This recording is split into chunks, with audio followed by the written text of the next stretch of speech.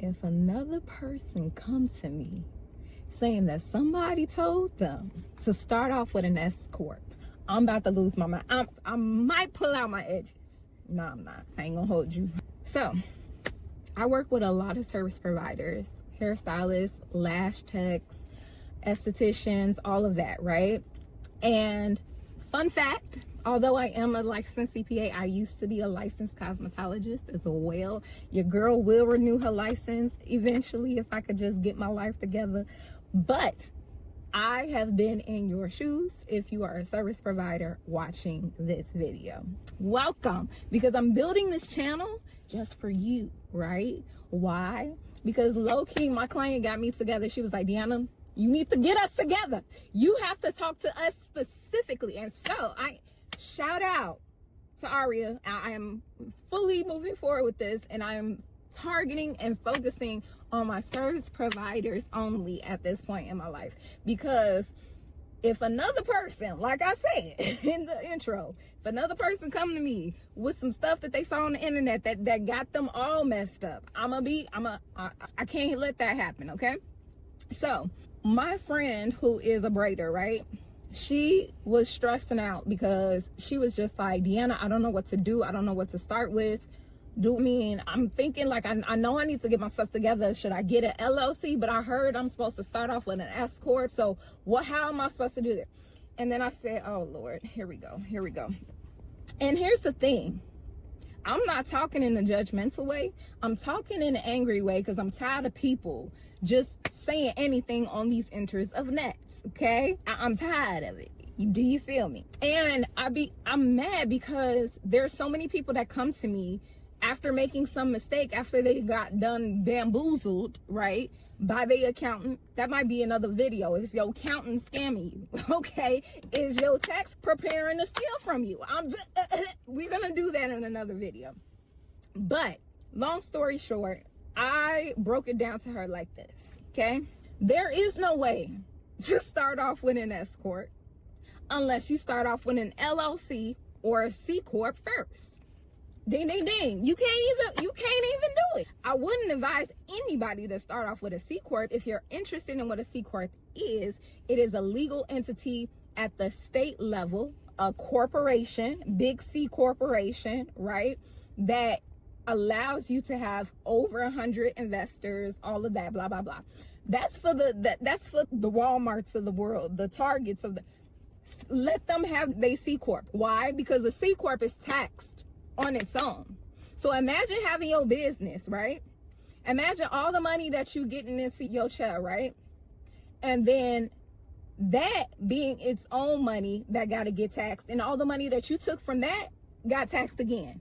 If your mind is spinning, trust me, that's why you don't want to start off with a C Corp, because you will be taxed twice for the same money. Yes, I just want to let you know. You will be taxed twice for the same money. Don't believe nobody who's telling you differently, okay? If they doing some crazy strategy for some multi-millionaires, let's let them do that for them. But for any service provider who is just making money off of the services that they are providing, I'm not here for it, okay? So that leaves the only other option is the LLC, which is another state level entity that you get at your Secretary of State in your state, right? And so what an LLC does is it protects you from any type of liability that happens in your business. I will make another video diving deeper into that. So make sure you like and subscribe so your girl can keep these things coming, because I'm coming for y'all. I'm about to get us together. I'm in this with y'all, okay? Now, once you get the LLC, that's when you can go to the IRS federal level and get an S Corp election. Yes. An S Corp is not even a real entity, okay? It's just a tax designation from the IRS, right? Because the LLC and the C Corp, that's at the state level. We're at the state, okay? That's just an entity that protects your coins, okay? When you go to the IRS, you have to have an entity formed that can take on that election, because you can't take on an S Corp election as a human being. I can't be no S Corp. Deanna Brooks can't be an S Corp, okay? So you got to have an entity outside of yourself that could be an S Corp. Okay, cool. Now that we broke that down, should you immediately go and get your LLC and then immediately convert that to an S Corp? That, my friend, it depends. It depends. Why? Because if your profit is not at a certain level, that S Corp gonna cost you more than it's making you. Why? Because you have to run payroll when you have an S Corp. I'm going to make another video talking about when is it appropriate to switch to an S Corp, because we got to dive deeper into this at another time, at another date, okay? It's a lot to break down at once. I'm going to get it out to y'all in bite-sized pieces. Do you hear me? So once you get that S Corp election, you have to run payroll for yourself for what they call a reasonable salary, okay? So you got to designate a salary for yourself. And I'm gonna make another video talking about how do you pay yourself as a hairstylist, a service provider, all of that, right? Sorry, y'all. I done got y'all hearing the background noise. Please forgive me. So that costs money, okay? All them payroll taxes that you got to take out, right?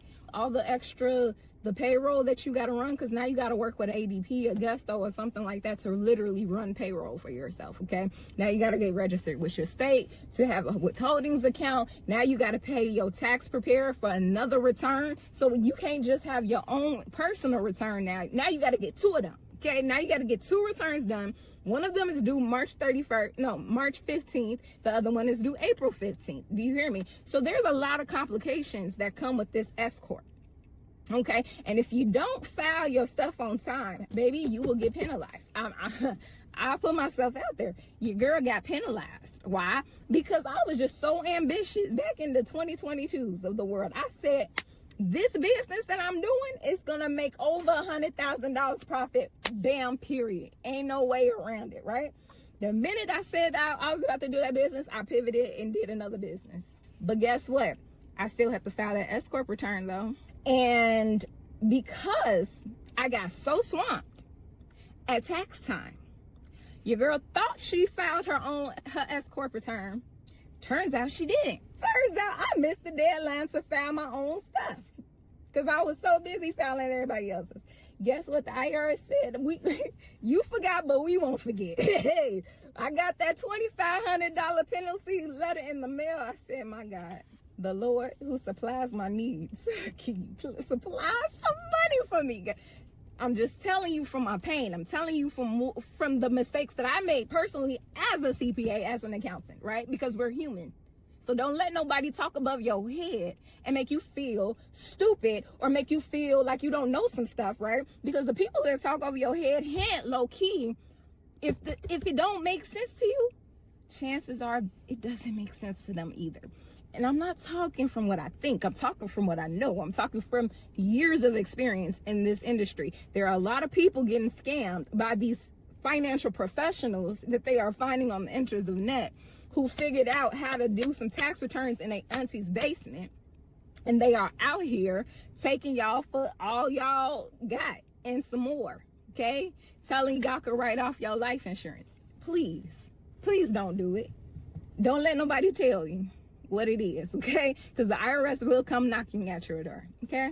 Now, I'm not going to tell you all the woes and stuff like this. Basically, all I'm trying to say is, if you are making a certain amount of money in profit, and that's why you have to keep your bookkeeping together. Yeah, service providers, please keep your bookkeeping together, because there are so many hairstylists that I work with, lash techs that I work, so many people that I work with, right, who are not maximizing how much they can maximize as tax deductions on their tax return.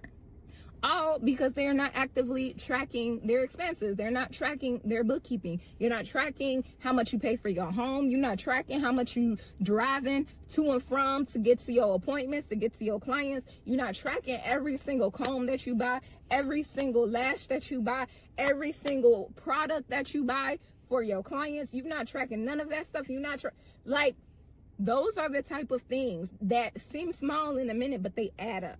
They add up. So when you think about how much you can write off as a service provider, when you get to what is actually your net profit, you might be in a situation where it's cheaper to just keep an LLC than to do all the extra hoops of getting an S Corp. Okay, because it comes with a lot. You will get penalties if you don't pay yourself with payroll and all. It's a headache. Okay, so leave your comments, your questions down below.